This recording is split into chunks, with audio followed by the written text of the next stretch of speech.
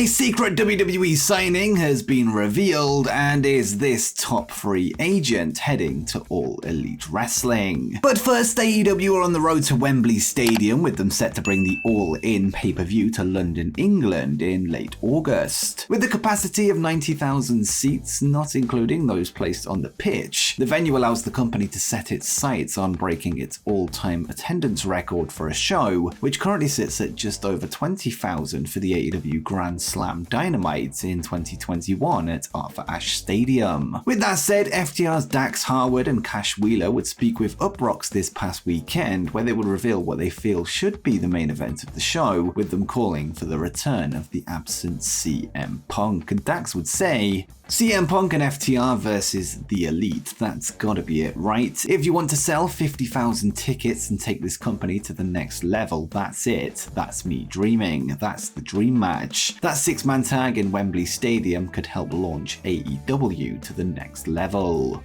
And when discussing the enormity of Wembley Stadium, Cash Wheeler would step in and add, Wembley Stadium is huge for AEW. AEW has to be ambitious right now. We've done so much as a company over the past 3 years that everybody said we couldn't do. When Tony said we're going to sell 20,000 tickets at Arthur Ashe Stadium, that seemed ridiculous to people at the time. Everybody wants to keep moving the goalposts. Everybody wants to keep saying, you can't do this. I love that we're going to Wembley because even if it's not completely to the brim full, 50, 60, 70,000, whatever it is, that's huge for this company. As a company that's only a couple years into its existence, you can't play it safe all the time. The roster right now is so deep, why not go for it? Jim Johnston is a familiar name to wrestling fans for his time in WWE, having created endless iconic entrance themes for some of the biggest names in the history of the company. Jim would be let go by WWE in November 2017 after spending 32 years of his life in WWE, with it being a questionable decision to say the least. This week, Jim would take part in a rare interview with Conrad Thompson of Ad Free Shows, where he would discuss his years in the wrestling business, with him also revealing an interesting story regarding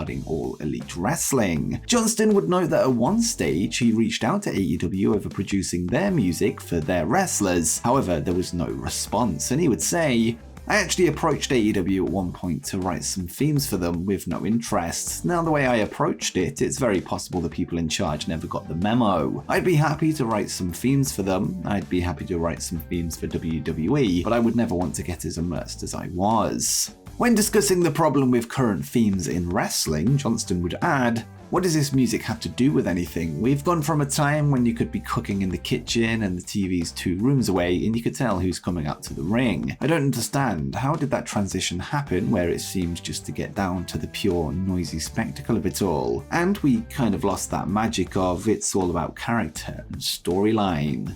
Mercedes Moné would make her first defense of the IWGP Women's Championship this past weekend at NJPW Sakura Genesis, where she took on Hazuki and Stardom High Speed champion Izumi in freeway action. In the end, Moné would leave Tokyo as still champion after dropping Izumi on top of Hazuki with a moneymaker to retain. She would then be confronted by her next challenger, Mayu Iwatani, with the two now set to meet at Stardom's All-Star Grand Queendom event on April 23rd, which will go down inside the Yokohama Arena and is being billed as the promotion's biggest ever show.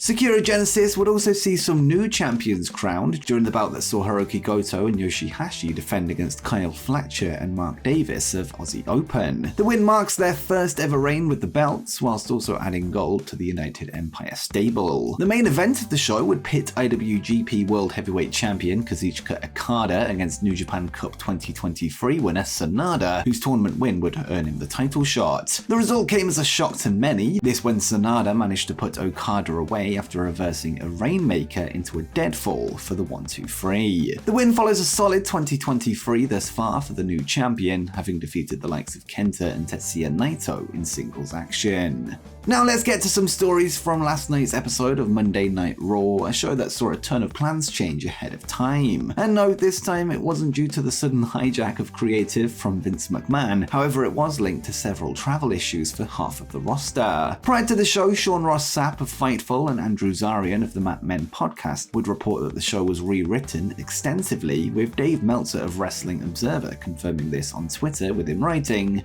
The changes in tonight's Raw are due to travel issues, not the idea of the script changing, but a large percentage of the roster wasn't there, some weren't going to make it and others were getting in late, so a lot of changes and backup plans were put in place in recent hours. Andrew Zarian would then tweet, 50% of the Raw roster has still not arrived to Seattle due to travel issues, and there has been major rewrites for Monday Night Raw this evening. Fightful Select would then later report of the plans that were ultimately scrapped and noted, originally Miz, Riddle, Sami Zayn and Bianca Belair were all scheduled to appear on the show, but it didn't end up happening. The Miz vs Riddle match was pulled from the show altogether, though we don't know who it was that actually ended up missing the show. There were a lot of changes, but it was known by the time the rundowns were handed out that those were due to travel woes. As to what actually happened on Raw, the WWE Women's Tag Team titles would be on the line when Becky Lynch teamed with Trish Stratus, who was stepping in for Lita, with them defending against Raquel Rodriguez and Liv Morgan. In the end, Morgan would dodge a kick from Stratus, catching her with a roll-up for the 1-2-3. After the match, Becky would be taken out by her partner, which sets up a brand new rivalry going forward. The heel turn follows recent reports that Stratus was set for a match with Lynch at SummerSlam, with many anticipating a turn at WrestleMania, although we had to wait 2 weeks for it to take place.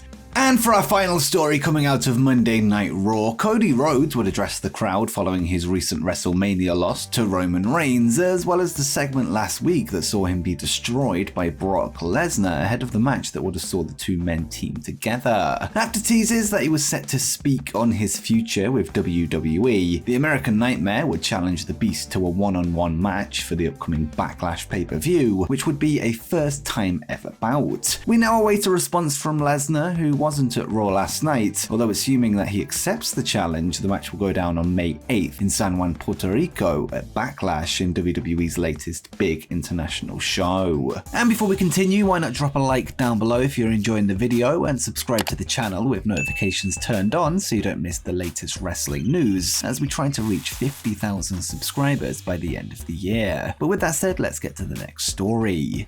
And sticking with the WWE theme, according to a new report from Fightful Select, a former Impact World Champion is under contract with the company. It was noted that Eric Young has been recruited back to WWE in a wrestling capacity, this after he was released back in April 2020 during the pandemic. Although this was actually reported back in November, we've yet to hear or see from Young on WWE television since, with this report confirming that despite this, he is still under WWE contract. Whether he will appear soon remains to be seen, although perhaps the upcoming draft could be a good way to reintroduce him to the roster.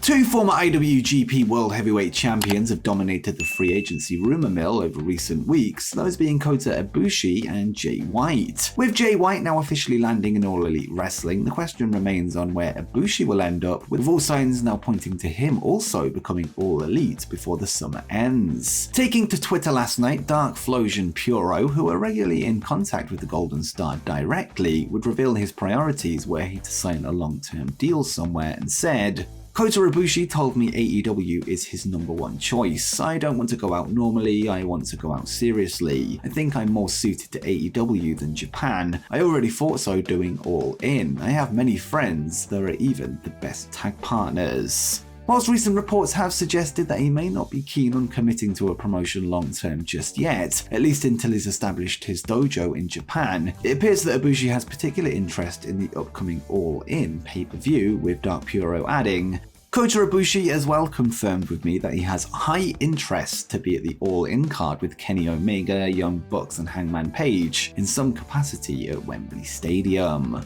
And for the final piece of this ever-growing story, the Young Bucks would seemingly tease an appearance from Kota during the most recent episode of Being the Elite, showing this footage from All In with Ibushi in the background, although this of course could be sheer coincidence. And before you go, make sure you check out the 10 free agents that are set to shake up WrestleMania season.